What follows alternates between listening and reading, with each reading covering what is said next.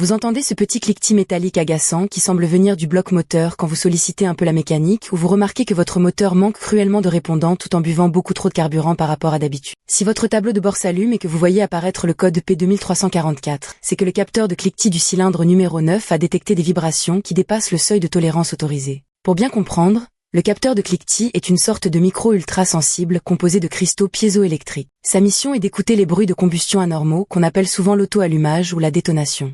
Si le mélangeur et carburant explose trop tôt ou de manière sauvage, cela crée une onde de choc qui peut littéralement percer un piston en quelques secondes. Comme le capteur fonctionne sur un circuit à très basse tension, le moindre changement est immédiatement repéré par le boîtier de commande. Le fait que ce soit le cylindre numéro 9 indique souvent que vous avez un moteur avec une architecture assez imposante, comme un V10 ou un V12. La première chose à faire quand vous avez ce code, c'est de vérifier si vous n'avez pas mis un carburant de mauvaise qualité ou avec un indice d'octane trop faible, car c'est la cause numéro 1 du cliquetis. Regardez aussi du côté de l'entretien courant car des bougies fatiguées ou des câbles d'allumage avec des isolants cuits par la chaleur peuvent provoquer des ratés qui déclenchent ce code. N'oubliez pas non plus de vérifier votre niveau d'huile, car un moteur mal lubrifié devient bruyant et peut induire le capteur en erreur. C'est un problème qu'il faut traiter rapidement car pour protéger votre mécanique, l'ordinateur de bord va réduire l'avance à l'allumage et brider la puissance, vous laissant avec une voiture qui n'a plus rien dans le ventre. Si le bruit est réel et mécanique, le capteur fait juste son travail. Mais s'il n'y a aucun bruit suspect, c'est peut-être le capteur lui-même qui est en fin de vie ou une erreur de programmation du boîtier de commande qu'il faudra alors corriger.